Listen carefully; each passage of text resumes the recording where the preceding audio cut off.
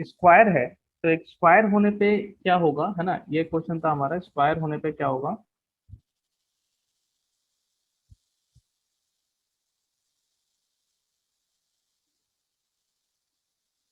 Square है side ए का।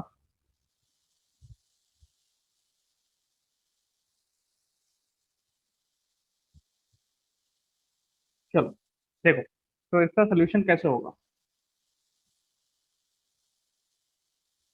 इसका सोल्यूशन कुछ इस तरीके से होगा कि अगर ये स्क्वायर है,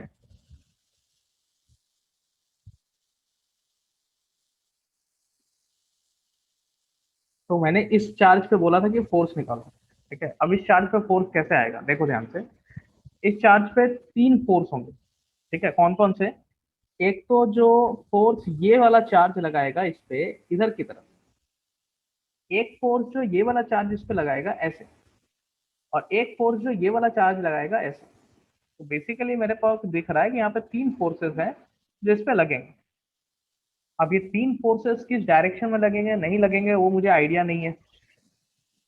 तो इसलिए मुझे क्या करना होगा कि यहाँ पे एक एक चीज को ध्यान से हम लोग करेंगे, एक एक स्टेप बाय स्टेप करते हैं, है ना। पहले तो तीनों फोर्स का हम लोग क्या करते हैं कि फोर्स का ये लिख लेते हैं, मैग्नीट्यूड वगैरह लिख लेते हैं, ठीक है, तीनों फोर्सेस का। तो अगर मैं तीनों फोर्स का मैग्नीट्यूड लिखूं, ठीक है देखो, तो मैं हर एक फोर्स को रेड से बना रहा हूँ। ये वाला फोर्स जो है कुछ ऐसे लगेगा। ठीक है, ये वाला जो फोर्स होगा ये कुछ ऐसे लगेगा। अब इस फोर्स का वैल्यू कितना होगा। सबसे पहला क्वेश्चन ये आता है कि इस फोर्स का वैल्यू कितना होगा। ठीक है, तो ये फोर्स का वैल्यू होगा, ये क्यू है और ये भी क्यू है। तो force F is equal to k Q square by, ये जो लेंथ है यहाँ से यहाँ तक, ये लेंथ कितना है, के क्यू स्क्वायर बाई ये लेंथ हो जाएगा तुम्हारा √2 टाइम्स ऑफ, ये ए होता है, ये ए है, तो ये √2 टाइम्स ऑफ ए हो जाएगा। तो भाई ये √2 टाइम्स ऑफ ए का होल स्क्वायर। तो ये फोर्स एफ लिखा मैंने, या F1 लिख दो, F1 का वैल्यू इतना हो जाएगा। अभी मैंने ये नहीं बोला, ओके, मैंने ये बोला कि F1 का वैल्यू इतना होगा, मैंने अभी ये नहीं बोला कि इसका डायरेक्शन क्या होगा, ऐसा कोई डिस्कशन नहीं हुआ कि इसका डायरेक्शन क्या होने वाला है। ठीक है, अभी हम इसका डायरेक्शन के बारे में डिस्कस करेंगे। जस्ट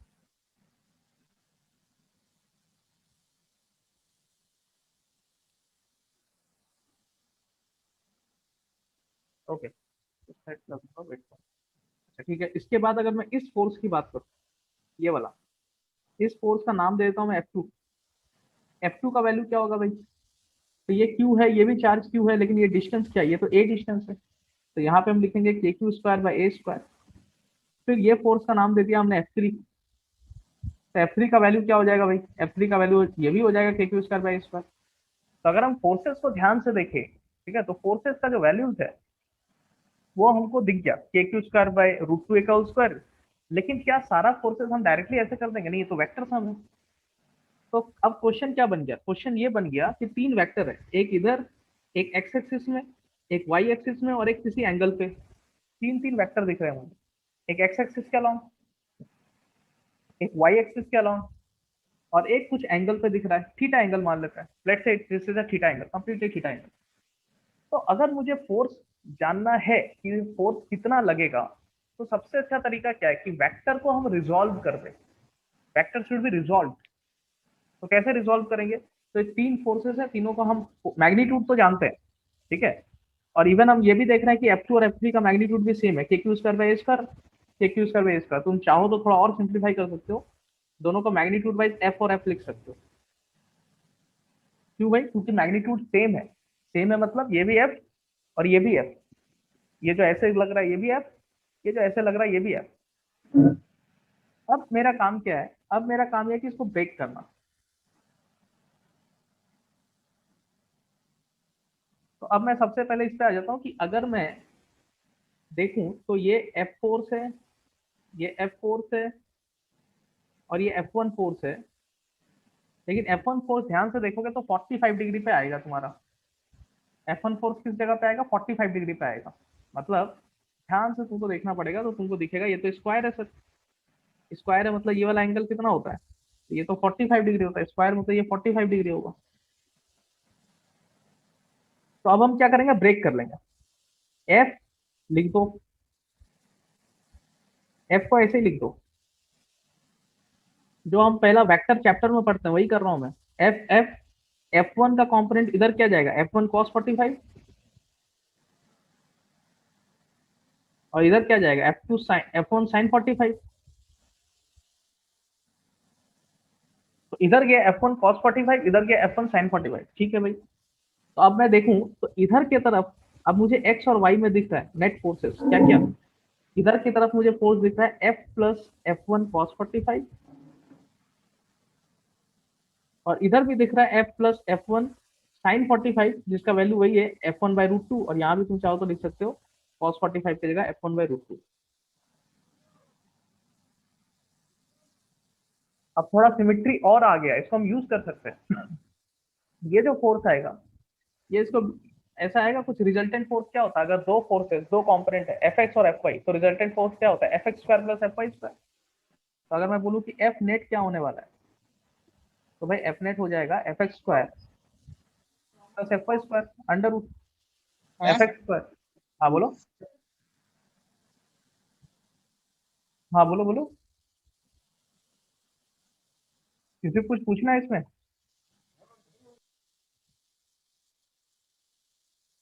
ठीक है चलो।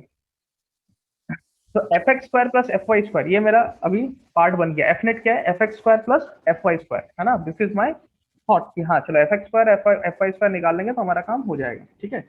ओके, तो अब देखो, अब मैं क्या करूंगा इसमें, एफ एक्स स्क्वायर कैसे निकालूंगा, एफ एक्स स्क्वायर। ये दोनों वैल्यू तो सेम है ना। अब थोड़ा सा मैं और दिमाग लगाता हूँ, देखो कैलकुलेशन भी सीखो कि कैलकुलेशन हम कैसे इजी कर सकते हैं। मुझे दिख रहा है कि दोनों का वैल्यू तो सेम ही है मैग्नीट्यूड वाइज, तो इसका भी कुछ नाम दे देते हैं। इस पूरे का मैंने नाम दे दिया एफ नॉट, और इस पूरे का भी नाम दे दिया मैंने एफ नॉट। मैग्नीट्यूड सेम है। मैं क्या करता यहाँ पे इसको, अगर नहीं तो क्या करना होता, मुझे इसको यहाँ ला के रखना होता, पूरा स्क्वायर करके कैलकुलेशन करना होता, फिर उसको ला के रखना होता, पूरा स्क्वायर करके कैलकुलेशन करना होता। मतलब कितना मतलब टाइम टेकिंग होता वो।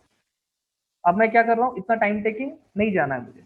मैंने उसको क्या किया, एफ नॉट पुट कर दिया, यहाँ भी एफ नॉट पुट कर दिया। अब क्या दिख रहा है मुझे, अच्छा F naught square plus F naught square under root, इसका वैल्यू क्या होता है भाई, √2 एफ नॉट। एफ नॉट का वैल्यू रखा हुआ है, पुट कर दो। और ये वाला वैल्यूज ये मैंने यहाँ पे रखा हुआ है। तो ये मैं तुम्हें कैलकुलेशन सिखा रहा हूँ। देखो नोटेशंस में सॉल्व करना बहुत आसान होता है, तुम्हारा बहुत सारा कैलकुलेशन का टाइम बच जाता है। यहाँ देखो मैंने यहाँ पे लिख के रख लिया, और सिर्फ नोटेशन में सॉल्व कर रहा हूँ।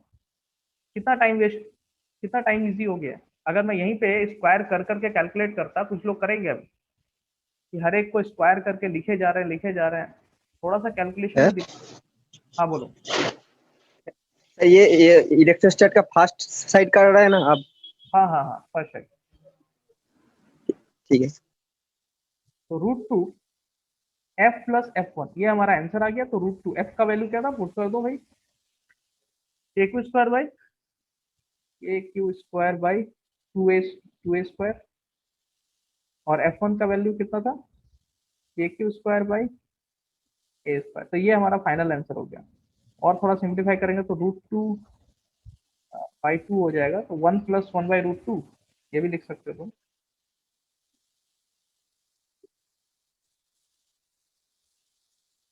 ठीक है, या फिर यहाँ भी छोड़ सकते हो।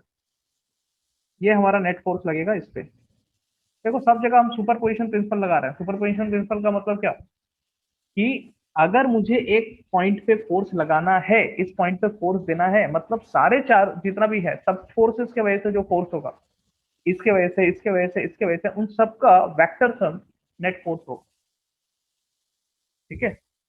देख लो, कुछ डाउट है तो पूछ लो अभी।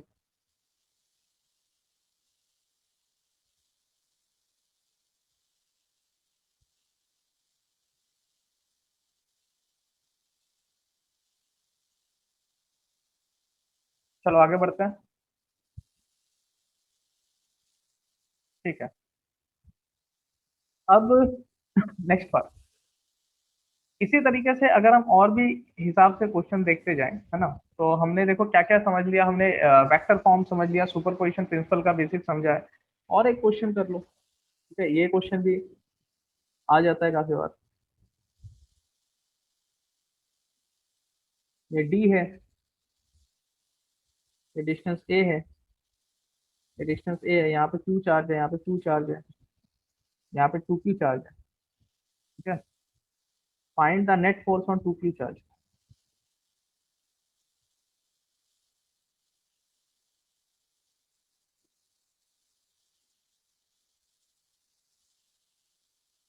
नेट फोर्स क्या होगा टू क्यू चार्ज पे बताना है।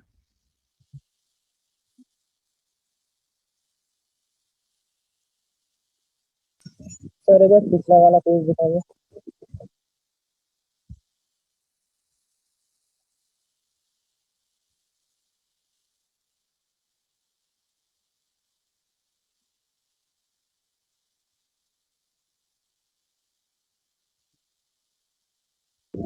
ओके सर, हो गया। चलो,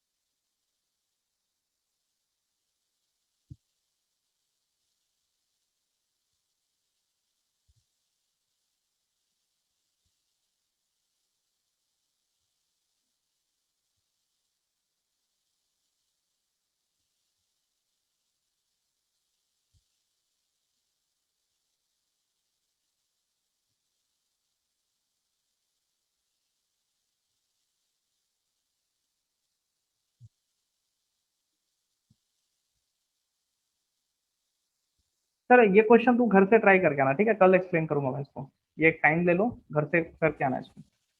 नेक्स्ट हम पार्ट पे आ जाते हैं। Next topic, equilibrium of charges. Equilibrium of charges मतलब किसी चार्ज का इक्विलिब्रियम के बारे में डिस्कशन कर रहे हैं। तो कंसेप्ट नहीं है, बेसिकली क्वेश्चन बेस्ड ही होता है ये, है ना। मान लेते हैं क्वेश्चन से स्टार्ट करते हैं। यहाँ पे एक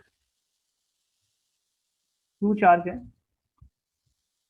यहाँ पे लेट से 9 क्यू चार्ज है। ठीक है, तो किस पॉइंट पे, है ना, मान लो ये डिस्टेंस यहाँ से यहाँ तक डी है, तो फाइंड द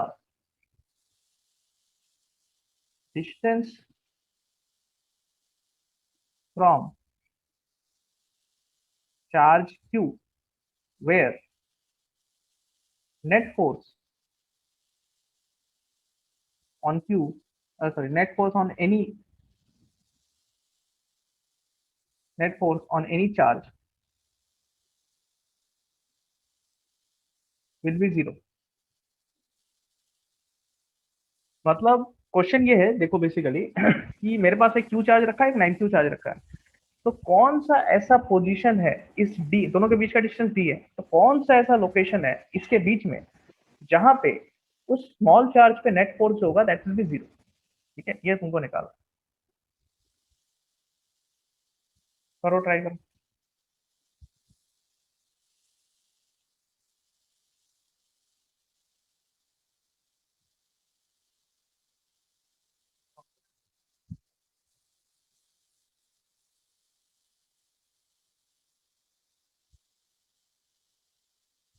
अगर मैं थोड़ा सा इसको समझू, तो यहाँ पे अपोजिट डायरेक्शन तो है ही सही। और मान लो अगर ये अपोजिट डायरेक्शन में है ना, इसका फोर्स इधर है, इसका फोर्स इधर है, अपोजिट डायरेक्शन तो दिख रहा है मुझे। तो जो फोर्स होगा वो कितना हो जाएगा। तो भाई मैं इसको हटा दूं क्यू और क्यू को, ये क्यू और ये क्यू को, के और के को, तो मुझे क्या दिखा, 9x² equal to D minus X का होल स्क्वायर। यानी कि D minus X equal to plus minus X, square है ना, स्क्वायर से खुलेगा। यानी 3x equal to plus minus D minus X, जैसे सोचना है तुम्हें सोच सकते हो। स्क्वायर का है तो ये 3x स्क्वायर है, तो इसको खोलोगे तो प्लस माइनस एक्स ही खुलेगा, तो एक बार आएगा तुम्हारा 3x plus 3x plus x 4x। x equal to D by 4,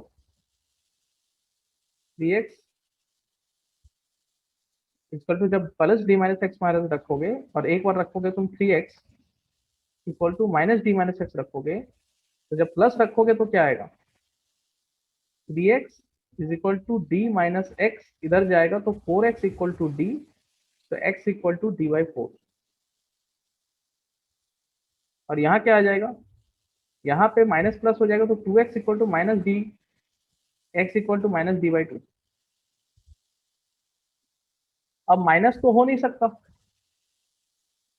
क्या माइनस हो सकता है, माइनस इज नॉट पॉसिबल। तो जब माइनस नहीं हो सकता, इसका मतलब क्या है, इसका सिंपली मीनिंग क्या है माइनस नहीं होने का, कि इसका मतलब मेरा आंसर ये वाला है। तो this is my answer.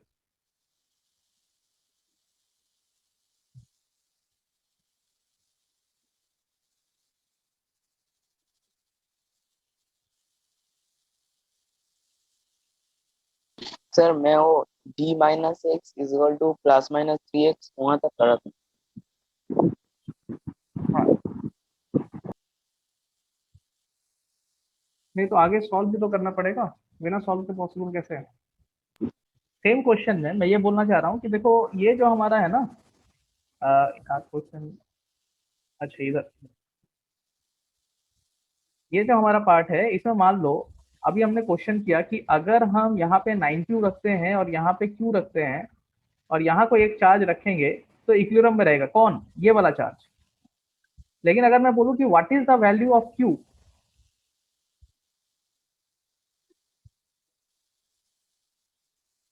so that all charges are equilibrium, all charges are in equilibrium, मतलब q का क्या वैल्यू हो सकता है ताकि सारे चार्जेस इक्विलिब्रियम में रहे, क्या ऐसा पॉसिबल है, और है तो क्या आंसर आएगा, है ना। तो इज इट पॉसिबल, मुझे ये भी नहीं पता क्या ये पॉसिबल है, और है, and if then the value of q, ठीक है, देन फाइंड द वैल्यूज।